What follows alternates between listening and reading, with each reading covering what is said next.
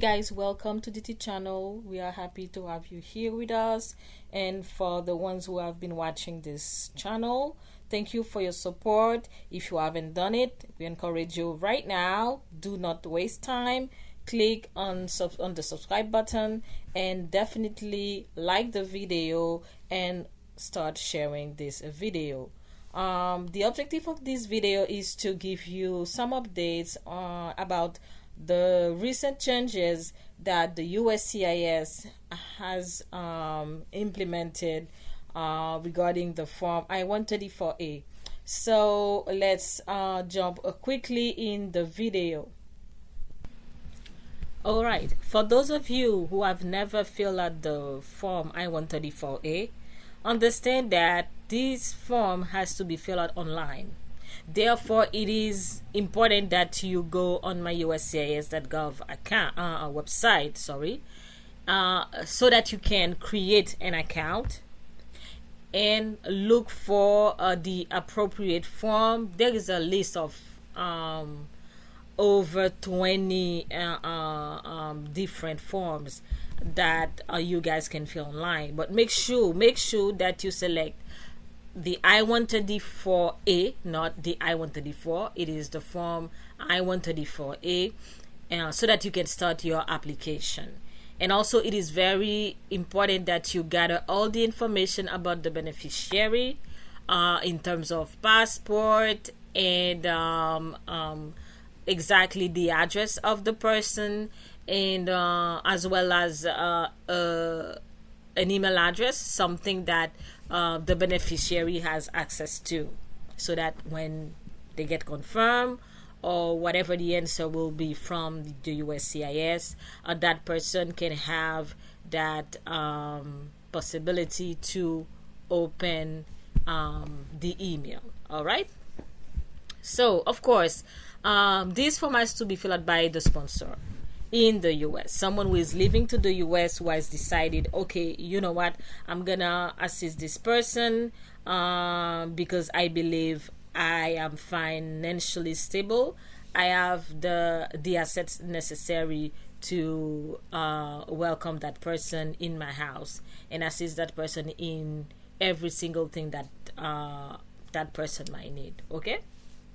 Of course, you're gonna have to, as I said before, create an account and start filling out this form. Okay, make sure that in this part you say that is saying like on whose behalf are you filling this form. Make sure that you select this another individual who is the beneficiary. Okay, it's like you as a sponsor, you are filling out this form for the beneficiary. Okay, and here I have selected Haiti, but it can be Cuba, it can be Nicaragua, it can be one of the 4 countries, as well as Ukraine, because I saw Ukraine in the list, as long as that person is living outside of the US. That person has also the citizenship of one of these countries that you guys I know that you are fully aware of the 5 countries that are eligible for this program. Make sure that that person has the citizenship for one of these countries, and then you can start your application.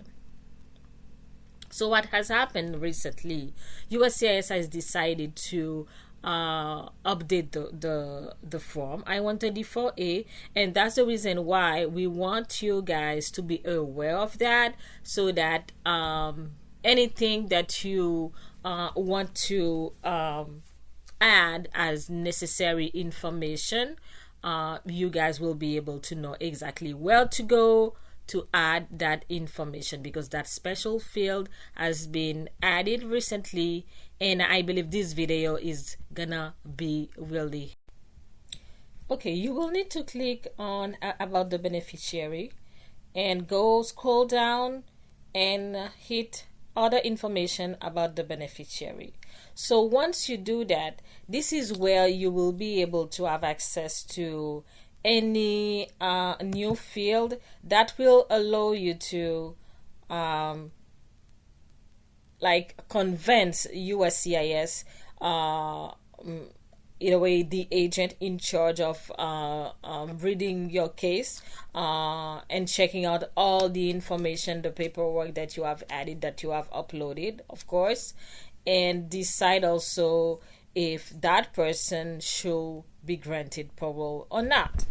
All right. So as you can see, USCIS is really clear on what, let's say at 90% on what exactly they are asking you or requesting you. So it is stating here that a grant of parole is a discretionary determination granted on a case-by-case basis for urgent humanitarian reasons, or significant public benefit.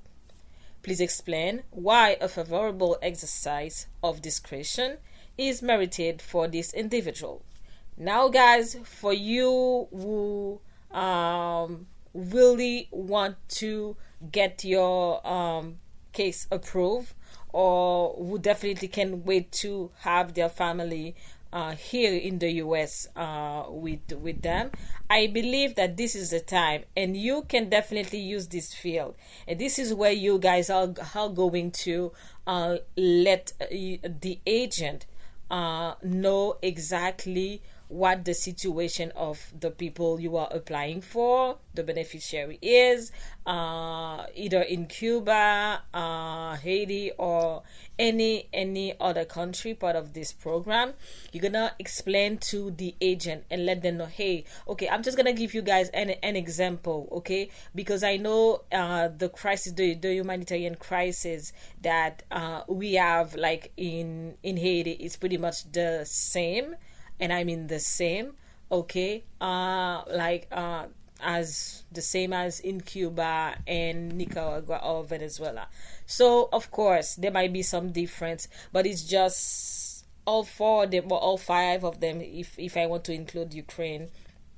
People are fleeing their countries. They are trying to leave because the security, there is no, they are afraid to be killed, to get killed. So it's all about that. Okay, so my advice to you guys is to use that field in order to let the agent explain to them. It's like you were talking to a friend, and you were telling the agent, you know what, my people, my family, this person in particular has to leave the country right now, otherwise something bad is going to happen. Let's say, for example, you can come up with, when I say come up, you can explain what the situation is, particularly for a person.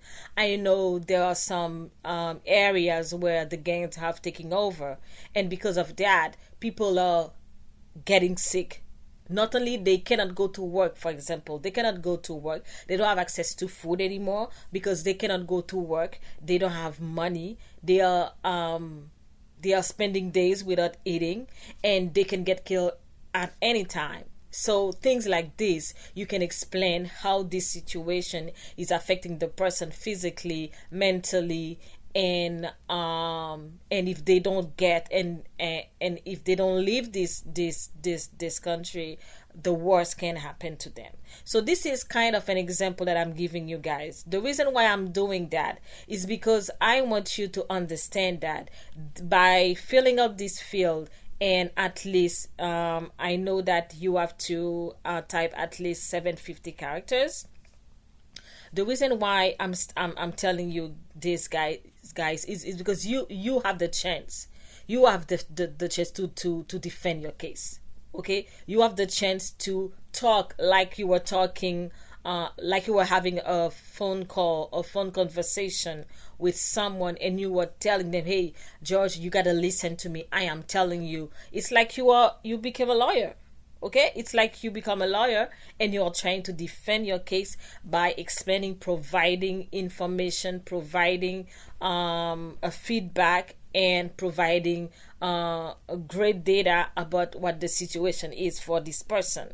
Okay, you are doing your advocate job, explaining to the agent, hey, if you don't grant parole, if you don't confirm that case, if you don't approve that, the worst can happen to that person. Okay, so guys, I'm not gonna be too long, but I wanted you to understand that the USCIS, in my opinion, is giving every single individual, and I'm referring to a sponsor, is giving you guys the chance to explain, to advocate, to prove to them that that's the right thing to do. This is an information that I wrote in French. It's just something that I wrote in French. But of course, what I want you to understand is that whatever the language that you guys can speak, understand that you can translate it. Use Google to translate that, so that you can find the appropriate words, the best way to write the sentence, so the agent can understand exactly what is it about and take the appropriate decision. I believe every single one of you as a sponsor who definitely is qualified, of course, financially to sponsor a beneficiary or many beneficiaries, you definitely are expecting to receive a positive answer, right? So therefore, this is your time.